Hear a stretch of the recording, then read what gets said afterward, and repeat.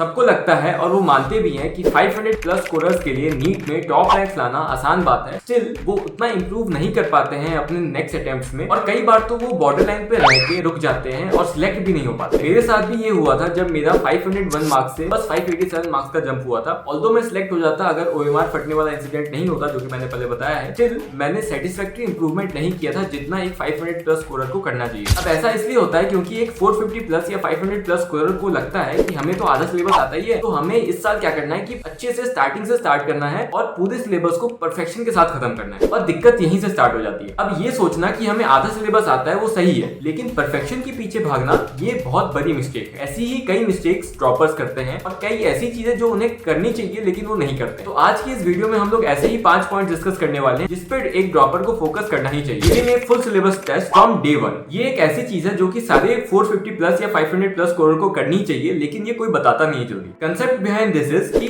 Test में सारे important topic से क्वेश्चन होते हैं और टेस्ट देते रहने से हर संडे आपकी वो टॉपिक्स रिवाइज होते रहेंगे और वो टिप्स पे रहेंगे। और इन्हीं टॉपिक के इंपॉर्टेंट कंसेप्ट से जो आपका नीट का पेपर है वो 50 to 60% सेम रिपीट होता है। अब इनिशियली जब आप टेस्ट दोगे तो आपके 300-350 मार्क्स ही बनेंगे क्योंकि आप बिना रिवाइज किए टेस्ट दे रहे हो। लेकिन उससे घबराना नहीं है। आपको क्या करना है, आपको टेस्ट को जाके चेक करना है। जो टॉपिक के क्वेश्चन आपके गलत हुए थे या फिर जिसको आप नहीं कर पाए थे, सिर्फ उसी टॉपिक को जाके उस चैप्टर में से रिवाइज करना है और उन टॉपिक्स को क्लियर कर लेना है। अगर कोई फॉर्मूला या फिर फैक्ट बेस्ड चीज थी तो उसको याद कर लेना है, कोई कंसेप्ट था तो उसको समझ लेना है। इन शॉर्ट अगर ये क्वेश्चन अगली बार आता है तो आपका गलत नहीं होना चाहिए, इतना आपको उस क्वेश्चन के बारे में सीख लेना है। बस आपको ये करते जाना है हर संडे। तो ऐसा करते करते एंड तक सारे इंपॉर्टेंट टॉपिक्स के हर इंपॉर्टेंट क्वेश्चन इतने बार आपने रिपीट होते हुए देख लिया होगा कि एक्चुअल नीट एग्जाम में आप उन क्वेश्चंस को जो कि अगर रिपीट होंगे वो आप सबकॉन्शियसली सॉल्व कर लोगे। और ऐसा करने से आप बहुत ज्यादा टाइम अपना बचाओगे। इन इजी क्वेश्चंस थे जो कि आपको इजी लगेंगे, बाकियों को हार्ड लगेंगे क्योंकि उन्होंने प्रैक्टिस नहीं की उतनी। और फिर जो एक्चुअल नए क्वेश्चंस बन के आए होंगे उसमें आप अपना टाइम इन्वेस्ट कर पाओगे। अब क्योंकि आपके पास टाइम ज्यादा होगा तो आपको प्रेशर फील नहीं होगा और प्रेशर फील नहीं होने पे नीट का पेपर बहुत इजी हो जाता है। और इसी प्रेशर को कंट्रोल करना नहीं सीख पाते हैं बहुत लोग। एक डाउट आएगा आपके मन में कि इतने सारे फुल सिलेबस टेस्ट कहां से लाए। देखो इस साल के नए टेस्ट तो नहीं दे पाओगे क्योंकि वो आपके स्टार्ट होते हैं फेब से मोस्टली, तो उसके लिए आपको फेब तक का वेट करना होगा तभी वो आपको मिलेंगे। आपको क्या करना है, पुराने टेस्ट लेने हैं जो कि पिछले साल लिए गए थे या फिर उससे पिछले साल लिए गए थे, तो वैसे टेस्ट आपको मिल जाएंगे। कहाँ मिलेगा वो बहुतों को पता होगा, जिन्हें नहीं पता वो पता करें। अगर फिर भी आपको नहीं पता चलता है तो मेरे को DM करना इंस्टाग्राम पे,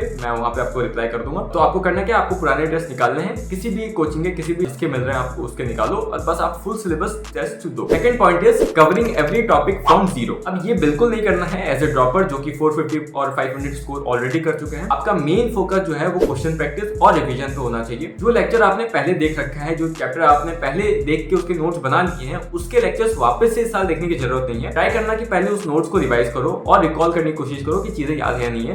क्वेश्चन प्रैक्टिस करो। अगर क्वेश्चन हो रहे हैं मतलब आपको चीजें याद है। अगर नोट्स पढ़ने के बाद भी चीज याद नहीं आ रही है, क्वेश्चन नहीं बन रहे, तब जाके सिर्फ उस टॉपिक का आपको लेक्चर देखना है। जैसे कि मैंने पिछले साल अपने लास्ट ड्रॉप ईयर में बस ऑर्गेनिक, इनऑर्गेनिक और थर्मल फिजिक्स के लेक्चर्स देखे थे क्योंकि वो मैंने पढ़ा नहीं था पहले, और थर्मल फिजिक्स मैंने पढ़ा था लेकिन अच्छे से नहीं किया था तो मुझे याद नहीं था, वो मैं रिकॉल नहीं कर पा रहा था चीजों। बाकियों में मैंने बस नोट्स रिवाइज किया था और क्वेश्चन प्रैक्टिस किया था। थर्ड पॉइंट है कि मुझे मोस्टली चीजें आती हैं और मेरे पास अभी बहुत टाइम बचा। अगर आपको अच्छे से याद होगा तो आपने पेरेंट्स को मनाते समय बोला था कि हम 1 साल मेहनत करेंगे, बस 1 साल हमें टाइम दे दो, इस साल हम जबरदस्त मेहनत करेंगे, पूरे साल मेहनत करेंगे, कभी भी रिलैक्स नहीं करेंगे और सिलेक्शन ले लेंगे इस साल किसी तरह। लेकिन 2-3 महीने के अंदर जैसे ही माहौल शांत होता है नीट का, आप भी शांत हो जाते हो और आपको लगता है अभी बहुत टाइम है, आराम से कर लेंगे क्योंकि हमें तो आधा चीज आता है। ये बहुत बड़ी गलती है। जैसे ही आपको ये लगे समझ जाना आप कंपटीशन से बाहर हो गए हो और कोई ना कोई आपकी सीट ले जाएगा, क्योंकि जो चीज आपको आसानी से मिल सकती थी आपने उसका वैल्यू छोड़ दिया और आप रिलैक्स होने लगे। जो गलती आपने पिछले साल की थी वही सेम गलती आप फिर से दोहराने लग गए। फोर्थ पॉइंट इज ख्याली पुलाव बनाना। हर दिन NEET 2024 syllabus, NEET 2024 new update, NTA notification, will NEET 2024 be hard, who will conduct NEET 2024, best strategy for NEET. अगर आप रोज ये सारे टॉपिक सर्च कर रहे हो और सोच रहे हो कि जब एक बार क्लैरिफिकेशन मिल जाए मुझे तब मैं अच्छे से प्रिपरेशन स्टार्ट करूंगा, मेरे पास टाइम तो बहुत है, तो अगर आप ये कर रहे हो बहुत बड़ी गलती है क्योंकि जो भी होगा वो सबके लिए होगा,